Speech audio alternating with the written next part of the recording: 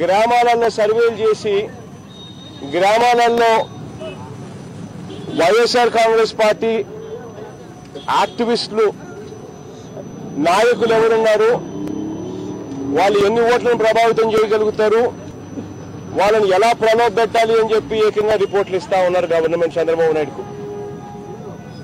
రాష్ట్రంలో law and ఆర్డర్ను protect చేయాల్సిన ఇంటెలిజెన్స్ డిపార్ట్మెంట్, రాష్ట్రంలో ఏదైనా నక్సల్ యాక్టివిటీయో లేకపోతే ఏదైనా ఇటువంటి యాక్టివిటీస్ ఏదైనా జరగకముందే అటువంటి ఇంటెలిజెన్స్ తీసుకొని గవర్నమెంట్కు ప్రొటెక్ట్ చేయాల్సిన డిపార్ట్మెంట్ను చంద్రబాబు నాయుడు గారు తన వాచ్మెన్ల కన్నా దారుణంగా వాడుకుంటా ఉన్నారు. అటువంటి ఏబి వెంకటేశ్వరరావు గారు ఇవాళ వైఎస్ఆర్ కాంగ్రెస్ పార్టీ నుంచో లేకపోతే ఇంకొకరి నుంచో వాళ్ళందరినీ చంద్రబాబు నాయుడు గారి దగ్గర జాయిన్ చేసే విషయంలో 23 మంది ఎమ్మెల్యేలు మా వాళ్ళు పోయారు. మా వాళ్ళను చంద్రబాబు నాయుడు గారు ఒక్కొక్కరికి 20 కోట్లు 30 కోట్లు ఇచ్చి కొనుగోలు చేశారు. ఆ కొనుగోలు చేసే కార్యక్రమంలో ఆ ఎమ్మెల్యేలను ఏబి వెంకటేశ్వరరావు గారు పిలిపించుకొని చంద్రబాబు నాయుడు గారి తరఫున ఏబి వెంకటేశ్వరరావు గారు మాట్లాడి ఆయనతో పాటు ఆంధ్రజ్యోతి అనే ఒక పేపరు దాని యజమాని రాధాకృష్ణ అనే ఒక ఆయన డైరెక్ట్ గా వీళ్ళు పిలిపించుకొని మాట్లాడి ఏకంగా వెళ్లి చంద్రబాబు నాయుడు దగ్గర తీసుకొని వెళ్లి కండువాలు కప్పించే అంత దారుణమైన పరిస్థితులు ఈరోజు వ్యవస్థ జరుగుతూ ఉంది. అటువంటి ఏబి వెంకటేశ్వరరావు గారు నిన్న నేను ఎస్పీ గారితో మాట్లాడుతూ ఉంటే, డిఐజీ గారితో మాట్లాడుతూ ఉంటే ఫోన్ల మీద ఫోన్లు, అడిషనరీ ఇంటెలిజెన్స్ అంత దారుణంగా వీళ్ళు చేస్తూ ఉంటే ఏ రకంగా న్యాయం జరుగుతుంది? చనిపోయింది ఒక సామాన్యమైన వ్యక్తి, చనిపోయిన వ్యక్తి 4 సార్లు ఎంపీగా చేసిన వ్యక్తి, చనిపోయిన వ్యక్తి సామాన్యమైన వ్యక్తి, చనిపోయిన వ్యక్తి ఒక ముఖ్యమంత్రి గారి తమ్ముడు, ఎక్స్ ముఖ్యమంత్రి గారి తమ్ముడు, దివంగత ముఖ్యమంత్రి గారి తమ్ముడు చనిపోయాడు. చనిపోయిన వ్యక్తి 4 సార్లు ఎంపీగా పనిచేసిన వ్యక్తి, 4 సార్లు ఎమ్మెల్యేగా పనిచేసిన వ్యక్తి. ఇటువంటి వ్యక్తి చనిపోతే అసలు లా అండ్ ఆర్డర్ అసలు ఆంధ్ర రాష్ట్రంలో ఉందా? కేవలం ఆయన చేసిన తప్పేంది? జమ్మలమడుగు నియోజకవర్గానికి ఇన్ఛార్జిగా తాను వ్యవహరించడం. జమ్మలమడుగు నియోజకవర్గంలో మా పార్టీకి ఇంతకు ముందు గెలిచిన ఒక ఎమ్మెల్యే ఆదినారాయణ రెడ్డి అనే ఎమ్మెల్యే అమ్ముడుపోవడం, చంద్రబాబు నాయుడు గారు ఆయన ప్రలోభాలు పెట్టి తీసుకోవడమే కాకుండా ఆయన ఏకంగా మంత్రి పదవి కూడా ఇచ్చి ఆయన పదవిలో పెట్టుకున్నాడు. అక్కడ తెలుగుదేశం పార్టీకి సంబంధించిన రామసుబ్బారెడ్డి వీళ్ళిద్దరినీ తట్టుకునే దానికోసం ఒక ఫ్రెష్ ఫేస్ను మేము తీసుకొచ్చినాం. మా క్యాండిడేట్ ఎవరైతే ఉన్నారో యంగ్స్టర్ ఫ్రెష్ ఫేసు వీళ్ళని ఢీకొంటా ఉన్నాడు. ఇటువంటి పరిస్థితుల్లో జమ్మలమడుగు నియోజకవర్గానికి ఆ సుధీర్ రెడ్డి అనే మా క్యాండిడేట్ యంగ్స్టర్ ను బలపరిచే కార్యక్రమం వివేకం చిందాన బాధ్యతలు తీసుకున్నాడు. ఆయన చేసిన పాపం వల్ల జమ్మలమడుగు నియోజకవర్గంలో అత్యధికంగా పెరగడం. ఆ పాపానికి వీళ్ళు చేసింది ఏమిటి? ఏకంగా మనుషులే లేకుండా చేసే కార్యక్రమం చేస్తా ఉన్నాడు. ధర్మమేనా ఇది అని అడుగుతా ఉన్నా. నేను ఒకటే చంద్రబాబు నాయుడు గారిని సూటిగా ఒకే ప్రశ్న అడుగుతా ఉన్నా. నిజంగా నీలో న్యాయం ఉంటే, నిజంగా నీలో ఇన్వాల్వ్మెంట్ లేదు అయితే ఎందుకు సిబిఐ ఎంక్వైరీకి ఇవ్వడానికి నువ్వు ఎందుకు సంకోచిస్తా ఉన్నావు? Straight question. If you are not at fault, why are you hesitating to give this case to CBI inquiry? Straight question. చనిపోయిన వ్యక్తి ఎవరు? Person who's died, person who passed away ఎవరు? He's a brother of ex-chief minister, 4-time MP, 4-time MLA. Person like that was brutally killed. Somebody walked into the house. ఒక్కడే ఉన్నాడు అని తెలిసి పగడ్బందీగా పథకం ప్రకారం ఆయన ఒక్కడే ఉంటున్నాడన్న సంగతి కూడా తెలుసుకుని అర్ధరాత్రి పూట ఇంటికి వెళ్ళి అంత దారుణంగా ఒక వ్యక్తిని చంపడం అన్నది హౌ ఇస్ ఇట్ ఫేర్?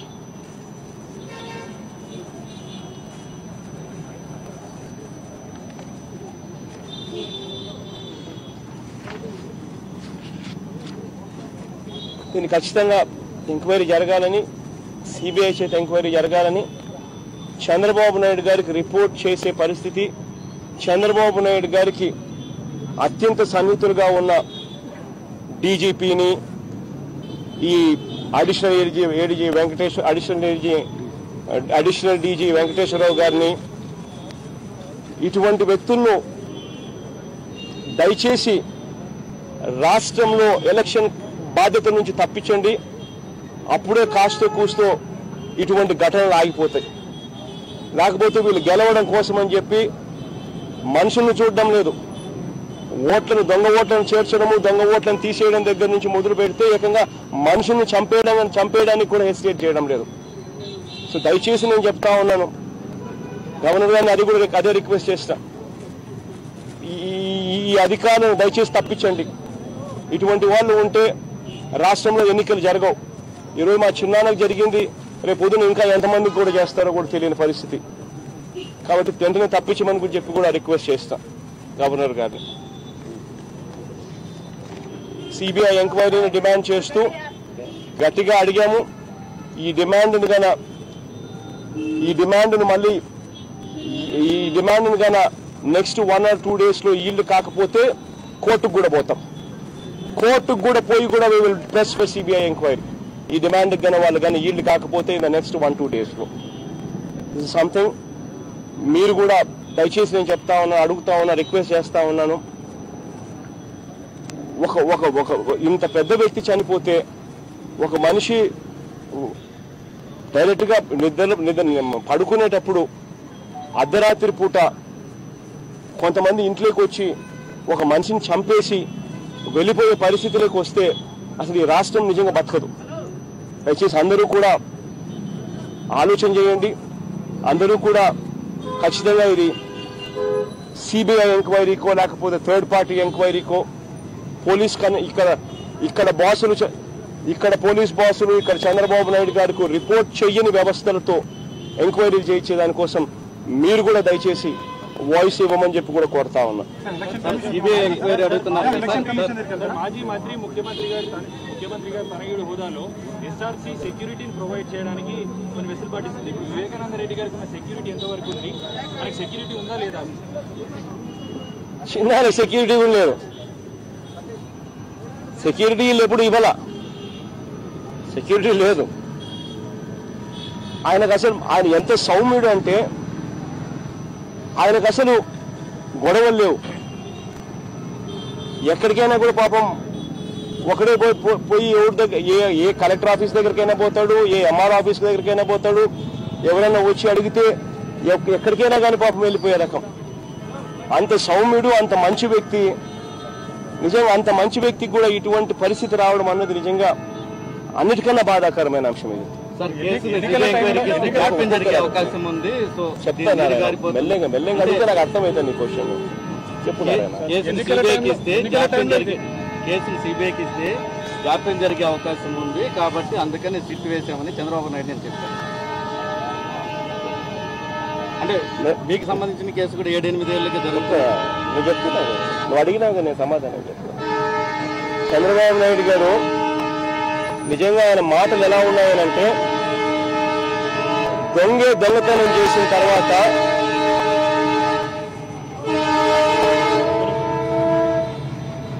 దొంగతనం చేసి దొంగ అన్నాడట.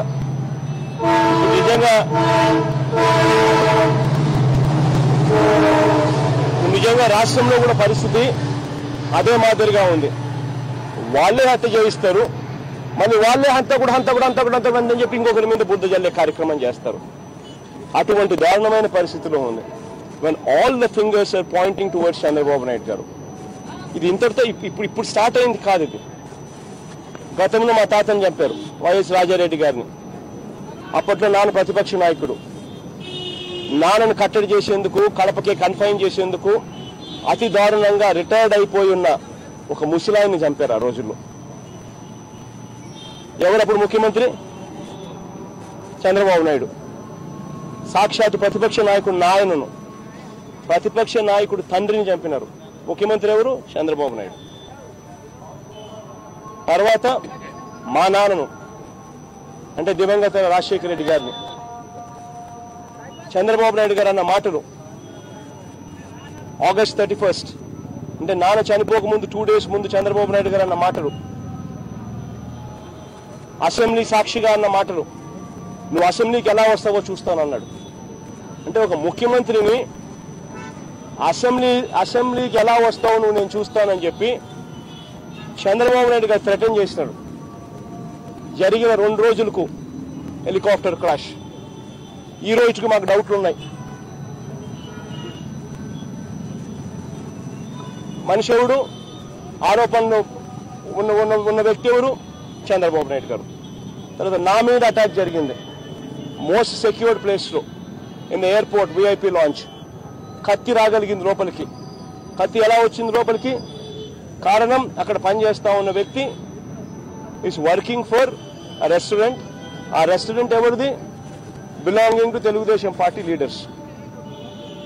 తెలుగుదేశం పార్టీ లీడర్లకు సంబంధించిన రెస్టారెంట్. ఆ రెస్టారెంట్ లో పనిచేస్తా ఉన్న ఒక మనిషి కత్తి తీసుకొని లోపలికి రాగలిగాడు. మళ్ళీ చీఫ్ మినిస్టర్ ఎవడు? అశోక్ గజపతి రాజు అనే వ్యక్తి సివిల్ ఏవియేషన్ మినిస్టర్. ఏ పార్టీకి చెందినవారు? Once again fingers point towards Chandrababu Naidu గారు. ఈరోజు మా చిన్నాన్న కేవలం కడప జిల్లాలో చంద్రబాబు నాయుడు గారి పార్టీకి ఒక్క సీటు కూడా వచ్చే అవకాశం లేదు కాబట్టి రాజకీయాలలో గెలవడం కోసం అని చెప్పి ఏ స్థాయికి దిగజారిపోయారు. మళ్ళీ చీఫ్ మినిస్టర్ ఎవరు? ఆరోపణలు ఎదుర్కొంటా ఉన్న వ్యక్తులు ఎవరు? మళ్ళీ చంద్రబాబు నాయుడు గారు. Every finger is Poynting towards him and this man says I will do the enquiry. ప్రతి ఏలు చంద్రబాబు నాయుడు వైపు చూపిస్తా ఉన్నారు, చూపించే పరిస్థితి. మరి ఈ మనిషి ఏమంటాడు? ఎంక్వైరీ తనే చేస్తాడంటాడు. ప్రతి ఏలు చంద్రబాబు నాయుడు వైపే చూపబడతా ఉన్నప్పుడు ఆ ఎంక్వైరీ తనకు రిపోర్ట్ చేసే పోలీసు అధికారుల చేత చేస్తే న్యాయం జరుగుతుందా? Will justice be done if this inquiry is being done by police officers who report to him as a chief minister or to his people, that is the DGP, that is the AD intelligence? Will justice be done? Only if this inquiry is being done by a third party who do not report to Chandrababu Naidu, who do not report to Chandrababu Naidu's government, people in Chandrababu Naidu's government. Only then justice would come. Sir, మొదటి 3 గంటలు గుండెపోటనే ప్రచారం చేశారు. ఎన్నికల ప్రచారానికి ఒక్క రోజు 3 గంటలు గుండెపోటనే ప్రచారం చేశారు. ఎన్నికల ప్రచారానికి మీరు అన్ని సర్వం సిద్ధం చేసుకున్న సమయంలో ఒక్కరోజు ముందు ఈ ఇన్సిడెంట్ జరిగింది. ఇది పార్టీని డిస్టర్బ్ చేయడానికే, లేకపోతే మీరు డిస్టర్బ్ అయ్యారా? ఎట్లా ఏ విధమైన మెసేజ్ పంపిస్తారు కార్యకర్తలు కానీ ప్రజలు కానీ? పూర్తిగా చంద్రబాబు నాయుడు గారు ఈ కార్యక్రమం చేసి నన్ను డిమారలైజ్ చేయగలుగుతాను అని చెప్పి తను అనుకుంటా ఉన్నాడు. కానీ నేను ఒకటే చెప్తా ఉన్నా, పైన దేవుడు ఉన్నాడు. God is watching. ఎప్పుడైనా కూడా రాక్షసత్వం ఒక స్థాయి దాటి పెరిగిపోయినప్పుడు ఖచ్చితంగా దేవుడు ఇన్వాల్వ్ అవుతాడు.